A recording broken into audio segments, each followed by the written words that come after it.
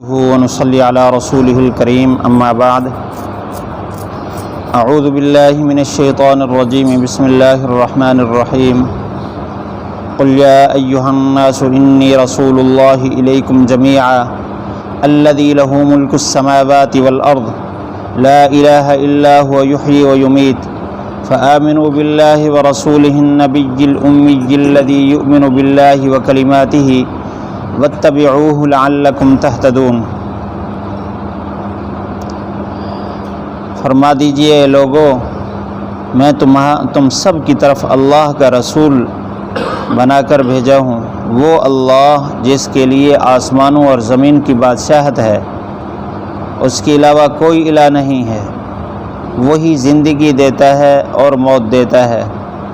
بس اللہ اور اس کے رسول جو نبی امی ہیں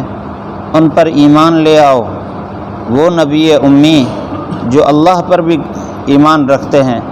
اور اللہ کے تمام کلمات پر بھی ایمان رکھتے ہیں، اور اسی کی اتباع کرو تاکہ تم صحیح راستے پر رہو۔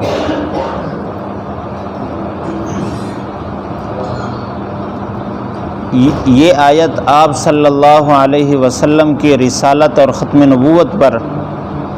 ایمان لانے کے حکم کے بارے میں ہے۔ اس آیت کے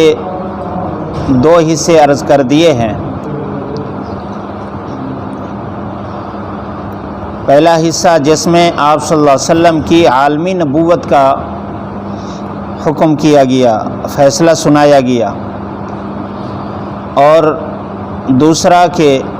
پھر اس عالمی نبوت کے دلائل بیان کیے گئے، 3 دلیلیں بیان فرمائیں جو کل کے درس میں عرض کی جا چکی۔ اب آخر میں آپ صلی اللہ علیہ وسلم کی عمومی رسالت اور عالمی نبوت کے بعد دلائل پیش کرنے کے بعد اب نتیجہ بیان فرمایا آیت کے آخری حصے میں کہ بس اللہ پر ایمان لاؤ اور اللہ کے رسول پر ایمان لاؤ۔ پھر اس کی تعیین فرمائی اللہ کے وہ رسول النبی الامی جو نبی امی ہیں۔ مفسرین نے لکھا ہے کہ آپ صلی اللہ علیہ وسلم کی صفات پچھلی آیات میں بیان فرمائی ہیں۔ الذین یتبعون الرسول النبی الامی کہ نبی امی کی جو اتباع کرنے والے ہیں۔ نبی امی کا تذکرہ پہلے بھی آ چکا، ورسولہ النبی الامی یہاں بھی آیا ہے۔ یہ اس لیے کہ اللہ تعالیٰ نے پہلی کتابوں میں حضور صلی اللہ علیہ وسلم کا جو تعارف کرایا ہے وہ نبی امی کے ساتھ کرایا ہے۔ یہ پہلے بھی درس میں عرض کیا جا چکا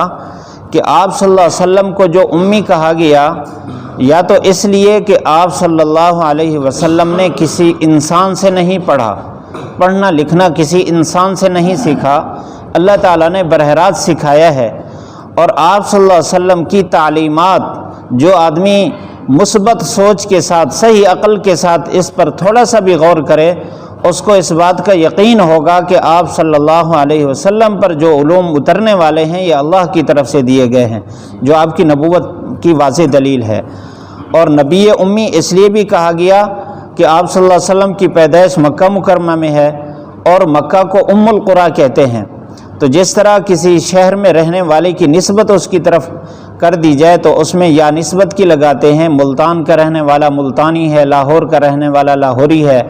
آپ صلی اللہ علیہ وسلم ام القریٰ میں رہنے والے، اس لیے آپ کو امی کہا گیا۔ اور تیسری وجہ یہ بھی بیان کی کہ امی امت سے ہے، تمام امتوں میں سب سے بڑی امت حضور صلی اللہ علیہ وسلم کی ہے۔ آپ صلی اللہ علیہ وسلم کی ختم نبوت اور عالمی نبوت کی یہ واضح دلیل ہے، اس وجہ سے آپ کو نبی امی کہا گیا۔ اور یہ نبی امی کا لفظ اللہ تعالیٰ نے تورات میں، انجیل میں، زبور میں، اور ابراہیم علیہ السلام پر، موسیٰ علیہ السلام پر، باقی انبیاء علیہ السلام پر جو صحیفے اترنے والے ہیں ان تمام صحیفوں میں بھی اللہ تعالیٰ نے حضور صلی اللہ علیہ وسلم کا تعارف نبی امی سے کرایا ہے۔ آگے آپ صلی اللہ علیہ وسلم کی صفات بیان کی جا رہی ہیں۔ ایمان لاؤ اس رسول پر جو نبی امی ہے، اور وہ نبی امی الذی یؤمن باللہ جو اللہ کی ذات پر کامل ایمان رکھنے والے ہیں۔ یہ جو ایمانیات ہیں یہ تمام انسانوں پر، تمام انبیاء علیہم السلام پر لازم رہے۔ اللہ تعالیٰ نے قرآن مجید میں فرمایا آمن الرسول بما انزل الیہ من ربہ والمؤمنون، کہ اللہ پر رسول بھی ایمان رکھتے ہیں اور ایمان والے بھی ایمان رکھتے ہیں۔ تو جس چیز کی اللہ کے نبی صلی اللہ علیہ وسلم نے دوسرے کو دعوت دی ہے، جس یقین کی دوسرے کو دعوت دی ہے، اسی یقین کے اعلیٰ درجے پر آپ خود فیض تھے۔ جس چیز پر ایمان رکھنے کی اللہ کے نبی صلی اللہ علیہ وسلم نے دوسروں کو دعوت دی ہے، آپ صلی اللہ علیہ وسلم خود ایمان کے اس اعلیٰ درجے پر تھے۔ فرمایا یؤمن باللہ، جو اللہ کی ذات پر ایمان رکھتا ہے، وکلماتہ، کلمات کے کئی معنی بیان کیے ہیں۔ کلمات کا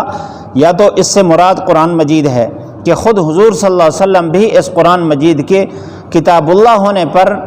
پورا یقین اور ایمان رکھتے ہیں، اور کلمات سے مراد تمام پچھلی کتابیں بھی ہیں، تورات، انجیل، زبور، سب پر آپ صلی اللہ علیہ وسلم کا ایمان۔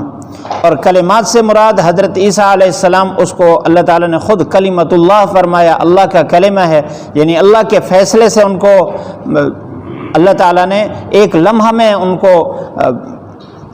ان کی ماں میں، ان کی اماں کے پیٹ میں حمل اور پھر وضع، اور پھر ان کو اللہ تعالیٰ نے برتری عطا فرمائی، اس وجہ سے ان کو کلمہ کہا گیا۔ تو حضرت عیسیٰ علیہ السلام پر ایمان۔ اب اس میں حقیقت میں جس چیز کی طرف اشارہ ہے وہ جو دوسرے ادیان والے لوگ ہیں ان کو دعوت دینا مقصود ہے۔ فرمایا کہ اس اللہ پر اور اس کے رسول پر ایمان لاؤ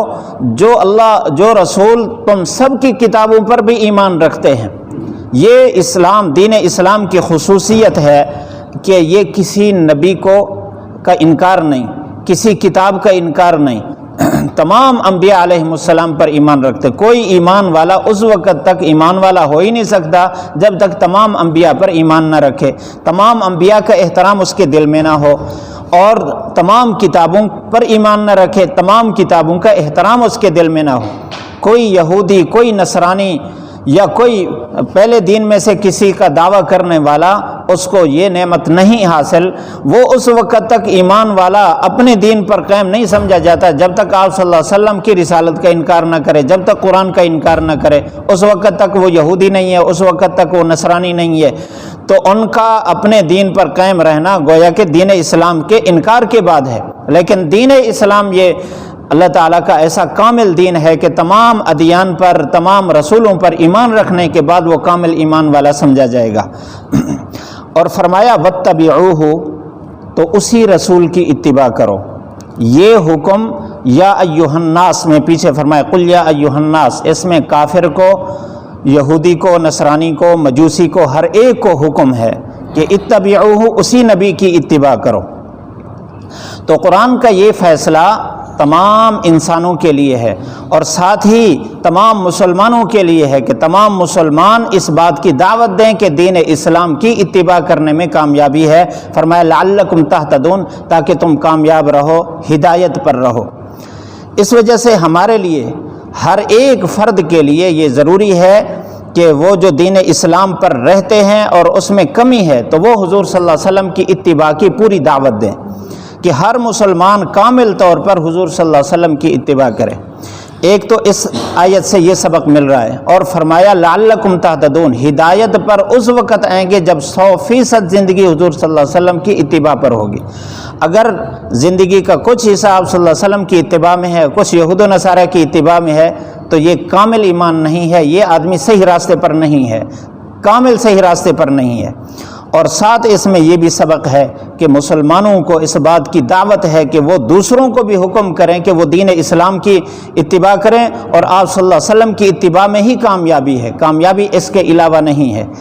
اس وجہ سے اس آیت میں گویا ہمیں یہ بتایا جا رہا ہے کہ مسلمانوں کے ذمے، مسلمانوں کی جو ایک اسلامی ایمانی حمیت ہے، یہ اس کے خلاف ہے کہ دوسروں کو کہیں کہ تم اپنے دین پر رہو، یا سوچ بچار کرو، یا اتنے دن آپ کو وقفہ دیا جائے گا، 21 دن وقفہ دیا جائے گا، جس میں تمام دوسرے ادیان کو سوچ کر پھر آپ سوچیں کہ دین اسلام حقیقت ہے یا اس کے خلاف ہے۔ بہرحال ہمیں اس بات کی دعوت ہے، ہم انفرادی طور پر، اجتماعی طور پر، یا ہمارے جو حکمران اسمبلیوں میں ہیں،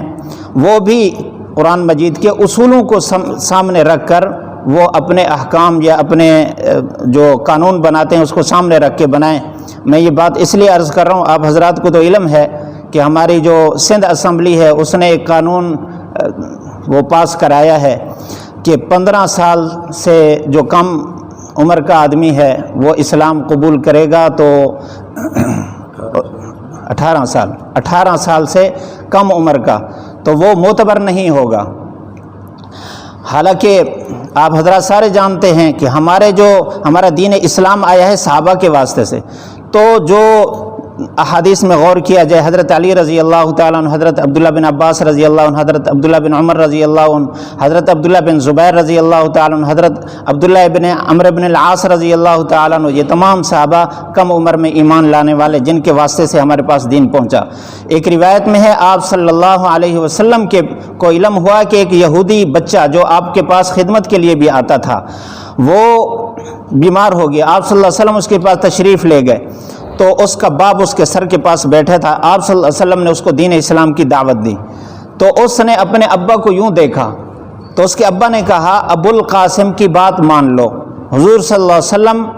پر ایمان لاؤ، تو وہ فوراً اس نے کلمہ پڑھا۔ آپ صلی اللہ علیہ وسلم اتنا خوش ہوئے کہ